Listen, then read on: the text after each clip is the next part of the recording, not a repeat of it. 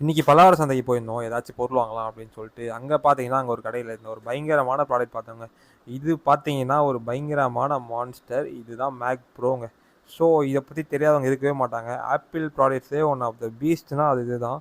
ஏன்னா தாறுமாறாக இருக்கும் பர்ஃபார்மன்ஸு. அதோட ரேட் வந்து கேட்டால் நான் ஷாக் ஆகிட்டேங்க சீரியஸாக. ஏன்னா அதோட ரேட் எப்படியும் ஒரு 4 லட்ச ரூபா 5 லட்ச ரூபா கிட்ட வரும். அவங்ககிட்ட கேட்குறப்ப அது வெறும் 7,000 தான் அப்படின்னு சொல்லிட்டு சொன்னாங்க.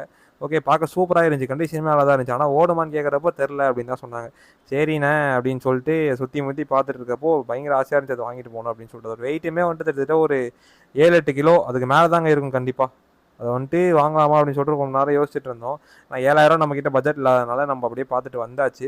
அதுக்கப்புறமேட்டு அதே கடையில் சுற்றி முற்றி பார்க்குறப்போ நிறைய ஆப்பிள் ப்ராடக்ட்ஸ் இருந்தாங்க. மேக்புக் ஏர், மேக்புக் ப்ரோ, அதே மாதிரி அதுவும் ஐமேக், இது மாதிரி நிறைய வச்சுருந்தாங்க. மேக் மினி, நிறைய விஷயம் இருந்துச்சு. அதெல்லாம் சுற்றி பார்த்துட்டு ஒரு வழியாக வாங்கலாமா வேணாமான்னு கன்ஃபியூஷன்லேயே அந்த கடையை விட்டு வர மனசே இல்லாமல் சுத்தமாக கிளம்பி வந்தாங்க அங்கேருந்து. ஸோ இந்த மாதிரி நிறைய இன்ட்ரெஸ்டிங் கண்டென்ட் பார்க்கலாம். மறக்காம பேஜை ஃபாலோ வச்சுக்கோங்க. Bye by.